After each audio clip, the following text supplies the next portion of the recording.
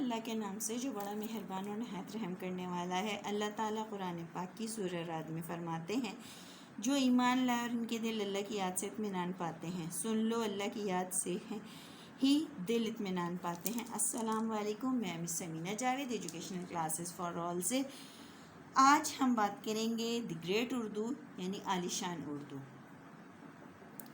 دنیا کے تقریباً تمام ممالک میں ان کی مادری زبان کی حکمرانی ہے، مگر ہمارے پیارے پاکستان میں اردو زبان قومی زبان کی حیثیت سے کوئی خاص اہمیت نہیں رکھتی۔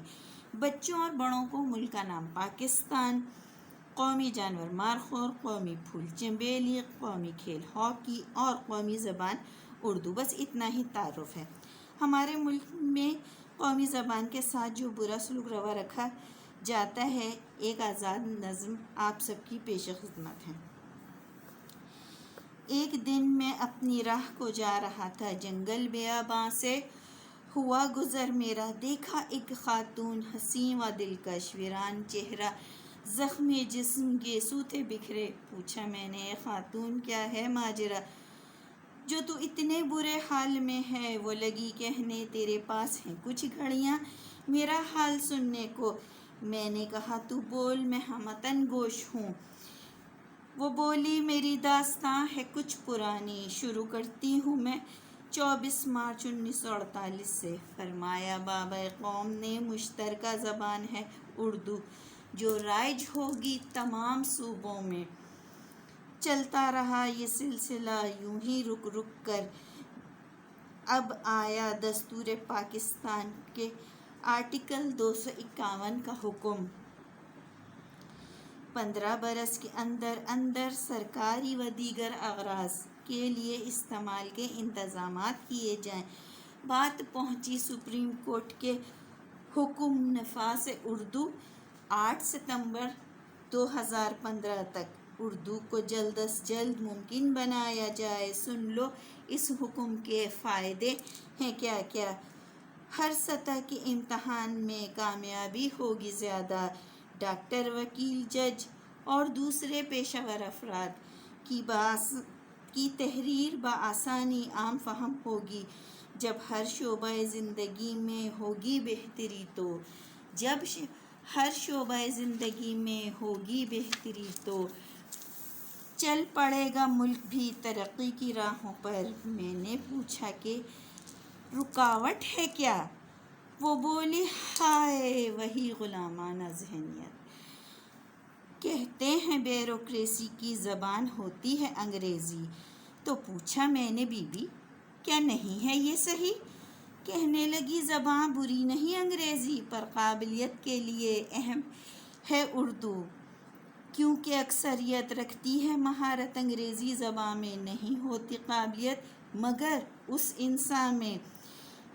اچھا بولی ہو اے گل رخ، پر سوال ہے میرا اپنی جگہ، تعارف نہیں ہوا آپ سے، نہ نام آپ نے بتایا، نہ وجہ بتائی زخموں کی۔ وہ بولی ہائے ہائے ہائے، سنا دی داستاں والآخر، پھر پوچھتے ہو ہوں کون میں؟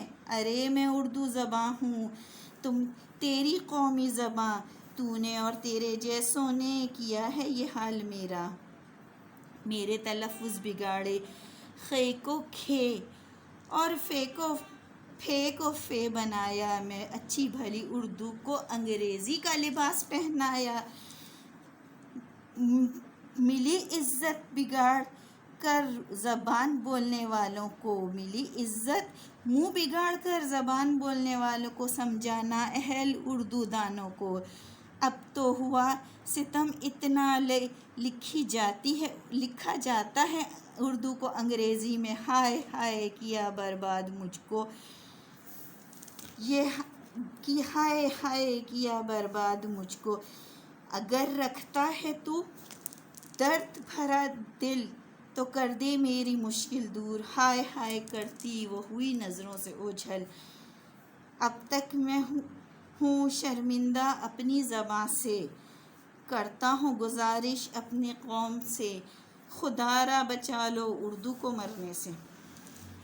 اس آزاد نظم یا داستان کو سنانے کا مقصد یہ ہے کہ بحیثیت پاکستانی قوم ہمیں اپنی اردو کو صحیح تلفظ سے بولنا چاہیے، کیونکہ جو ہم بیچ بیچ میں انگریزی الفاظ بولتے ہیں یہ بالکل بھی صحیح نہیں ہے، اور ہم نے اردو کو ایک دم ہی پیچھے کر دیا، جس کو آپ بآسانی سید عتیق الرحمن کی اس مثال سے سمجھ سکتے ہیں۔ وہ فرماتے ہیں حیا کا لفظ ہمارے اذہان میں ہے جو مفہوم دیتا ہے۔ کہ آکسفورڈ کی کسی انگلش ڈکشنری میں ایسا کوئی لفظ آپ بتا سکتے ہیں جو حیا کا مفہوم اپنے اندر رکھتا ہو؟ کیونکہ حیا ہمارے تہذیبی قدر ہے، مغرب کی نہیں۔ اسی طرح نماز بھی ہماری تہذیبی قدر میں ڈھل چکی ہے۔ پریئر دعا کا مفہوم دیتی ہے، اسی طرح نماز کا نہیں۔ فاسٹ بھوکے رہنے کا مفہوم دیتا ہے، روزے کا نہیں۔ بس اب اور کیا کہیں، آپ لوگ خود سمجھدار ہیں۔ اللہ میرے کہنے اور آپ کے سننے کو قبول فرمائے۔